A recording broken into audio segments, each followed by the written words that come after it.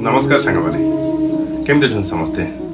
आशा भल थे आज गोटे छोटिया कहानी शुणा बहुत समय नबानी कहीं आप भावुवे मु बहुत समय आपंटू आज गोटे छोट कहानी सारिदेवी कि जो कहानी प्रत्येक जीवन मूल्यबोध कौन सब खराब कहूवा लोक सब प्रति जिनस को खराब नजर देखुवा लोक प्रति जिनस को नेगेटिव थॉट रे नौथवा लोकन को ये कहानी मते लगुच बहुत ही उच्च भाव में आह्लादित करिवो आपणेइबो आ निश्चय मनर परिवर्तन हबो से जो नेगेटिविटी उठी जीवो आ पॉजिटिविटी मन भितर भरी उठिबो। दुई भाईर कहानी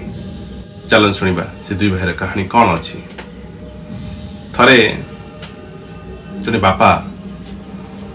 सज्जा से अवस्था रे थांती जने बापा सज्जा से अवस्था रे थांती तांकर दुईटी पुओ थांती तांकर निजर दुई संतान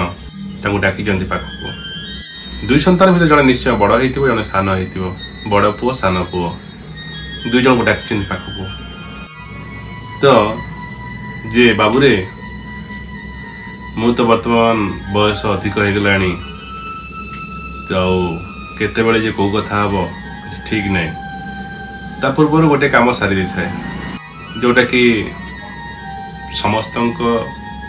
जीवन में घटी थाए और मुझा भी करदेवा चाहूँगी जे आम जमी बाड़ी जहाँ अच्छी दुई जन मध्य सामान भाग बांटी दबा और जहाँ हम मो इच्छा ही हम पिला मन राजी कले ठीक अच्छे आप से चाहते कर दिंतु। तो ए भितर कौन है पापा भल भल ओल जमी जेतिक सब बड़ पुओ हाथ को देदेले भल ओल जमी जाक देदेले बड़ पुओ को आ सान पुओ पाई टांगरा ढीप ए भली जमी सब बांटी देले। सान पुओ टिके मन दुख कलानी किंतु 12 लोकंकर 12 कथा ना पदा लोकंकर बेसी जाए से मन भितर बहुत किसी उत्कंठा जात हुए जे अरे देखिलु तो बापा कौन कला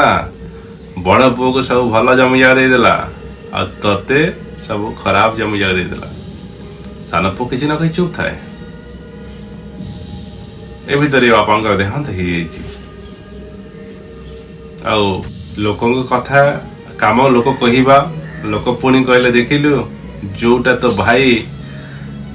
आरंभ रु भल अमल कर चलुची तू जे बहुत कष्ट करी शेष बयस अपराह्न रे भल फसल अमल कर पार्लु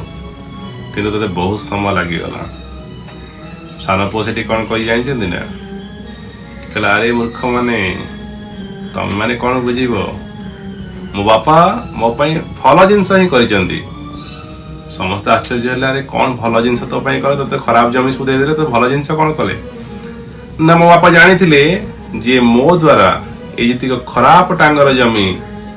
केवल उत्कृष्ट हो पार बड़ पुओ द्वारा से हम ना तेणु से मत ही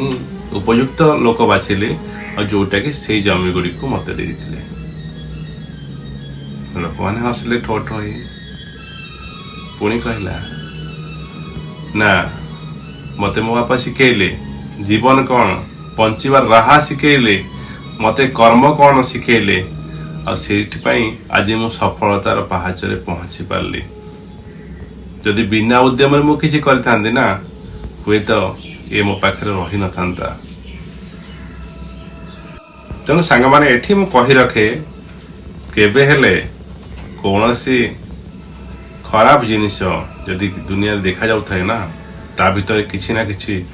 भल लुचिकी थाए आ से भल को खोजी आनिबा कर्तव्य आमर यदि खोजी पारे ना जीवन में बहुत आत्मतृप्ति लगे बहुत शांति लगे नहले जीवनटा बड़ कष्ट कटिबो। ए कथा आम विचार आपणकर केमती लगला निश्चय कमेंट कर जणाइबे यदि भल लागिला लाइक करिवे शेयर करिवे सब्सक्राइब करिवे जमारे भूलिबेनी। रहउची नमस्कार जय जगन्नाथ।